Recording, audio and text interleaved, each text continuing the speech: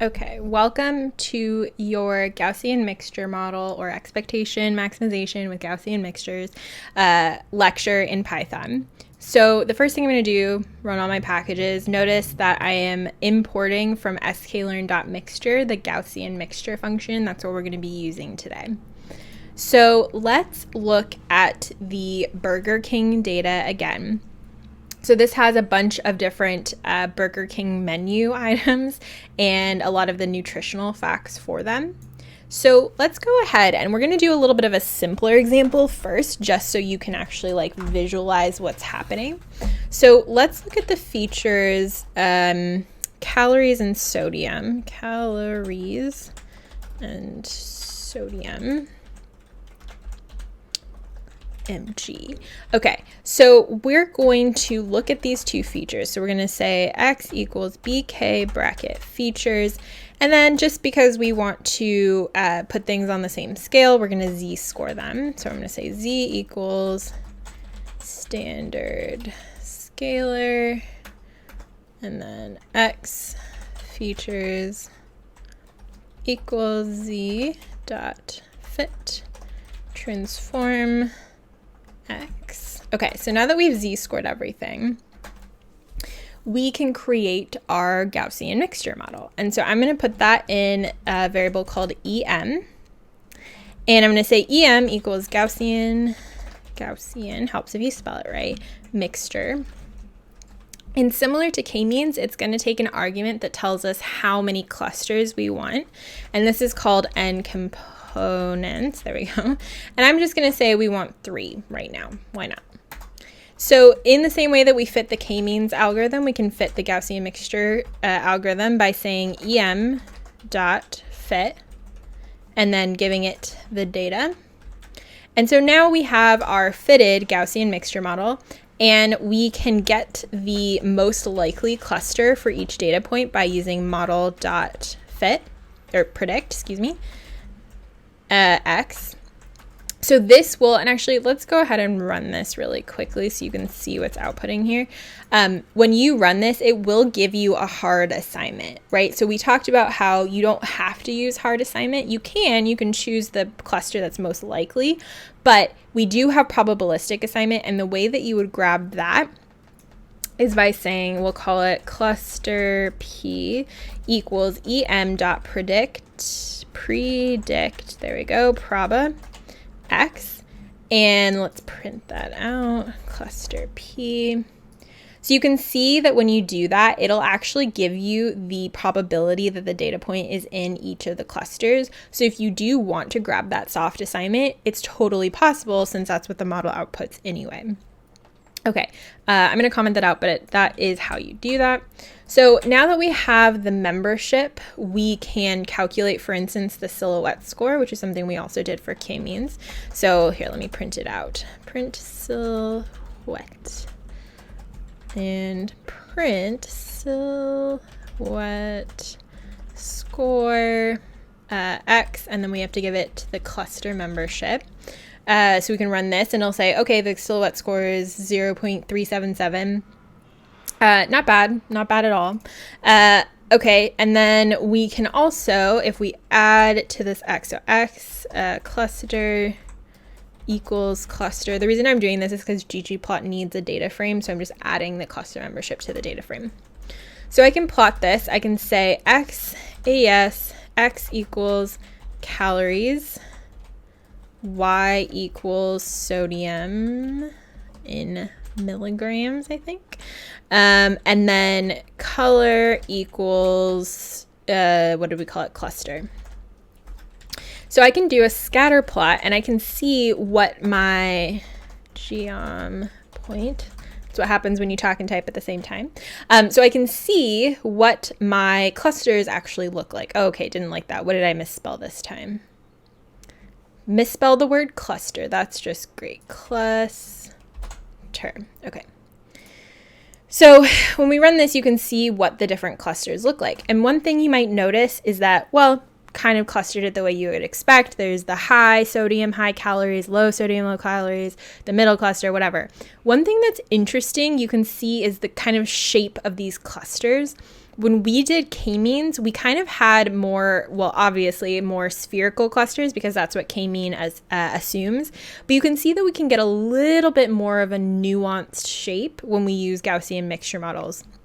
And that's one of the main reasons why we would use a Gaussian mixture model instead of k-means, is because we don't think that the clusters are spherical, or because we like that soft assignment and we want to use probabilistic or soft assignment instead of hard assignment.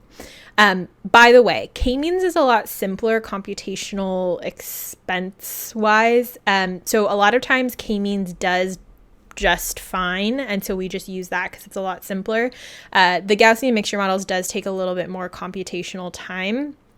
So sometimes people will use k-means just because of that.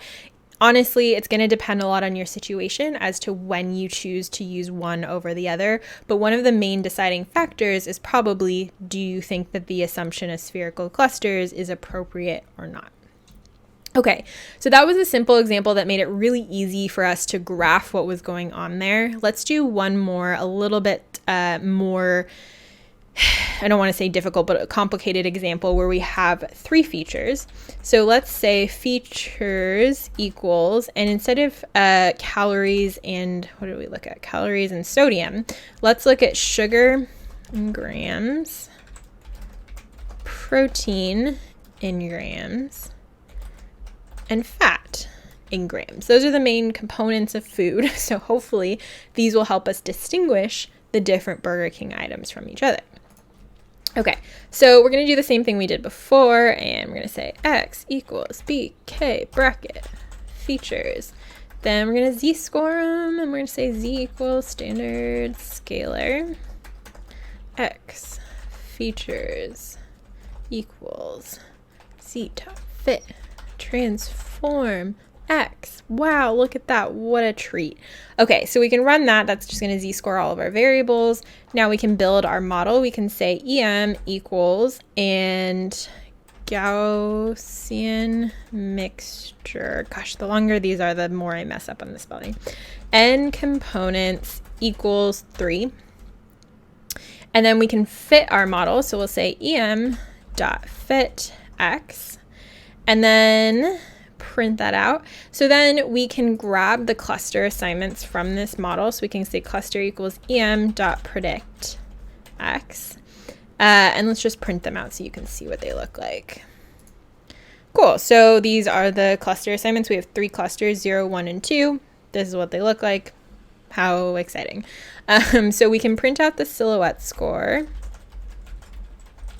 Silhouette score x and cluster. See, what is that? Okay, 0.412. Not bad at all. If you want, again, we can say em.predict proba x. This will give us the probability that the data point is in each cluster. We don't really need that here, but that's how you would grab that. So let's plot things a little bit. So I'm going to say x cluster equals cluster, and this is just adding it to the data frame so we can use it in ggplot. So when we have more than 2 features, it's really hard to visualize, but we can visualize them at least one at a time. So we could say AES x, and we'll say, AES x equals, let's say sugar grams, and then y equals fat. We'll do fat first. Fat grams, and then again, let's color, not a period, color by cluster, and then add geom point. Okay, so let's do this for every combination of 2 variables that we have. So we'll do sugar and fat, we'll do sugar and protein, we'll do protein and fat. Okay, so I'm going to say cell run all below. Okay, so you can see that some distinct clusters are emerging from this, and it's a little bit easier to see with these fat, protein, sugar graphs. And you can see some interesting patterns that are emerging here. So for instance, whatever this purple category is, the category 0, you can see that it has low to medium fat, it has very low sugar, it has very mid to low protein, And we already saw this, but it has kind of like mid to low protein and fat. So these seem like things that are kind of like your average item. It's maybe like a little healthier sugar-wise. So maybe these are like their burgers or something like that, which will tend to not have as much sugar as things like their milkshakes or whatever else Burger King happens to sell. You can see that these yellow items are like super high protein. They're super high fat, but they tend to be pretty low sugar. So maybe those are like, oh God, what does Burger King serve? Like Baconator? Is that Wendy's? I don't know. Maybe these are the things that have like 7 hamburger patties and bacon and cheese and stuff like that, because those also have pretty low sugar, but do have a lot of protein and fat. And then we see this blue cluster, which is probably, it's low protein, mid to low fat, but a lot of sugar. So these are probably your desserts, like your apple pie or your, I don't know. Honestly, I need to go to Burger King more. I really don't know what they serve. But these are like really high sugar items. So we tend to think of those probably as more like sweet things or bread things. So you can see that we have some pretty useful clusters here. And if we wanted to do more than 3 clusters, we totally can. And all we would have to do is in our code change this. So let's go ahead and run that. Okay, so you can see we now have 4 clusters. So we now basically split that cluster that was kind of the probably regular burgers and stuff like that into 2 clusters, and these 2 clusters have like a really lower fat one and like a kind of higher fat one. Yeah, same thing. So these green ones are probably just like lower protein and lower fat than the blue cluster. So maybe these are like the slightly healthier sandwiches, like the ones that are like chicken instead of ground beef or something like that. I don't know. Honestly, I don't really understand Burger King, but you can see how these clusters are really interesting. And the fact that we have a lot of overlap in our clusters is a reason why we're really grateful that we use Gaussian mixture models, because we can now say, okay, well, like, let's just like this particular data point, it's most likely to be in the green cluster, but it probably has a relatively high probability of being in the blue cluster. And with Gaussian mixture models, we could actually see what that probability is if we wanted to pull it out using the predict proba function. Okay, that's how you do Gaussian mixture models in Python. Hopefully that made sense, and I will see you next time.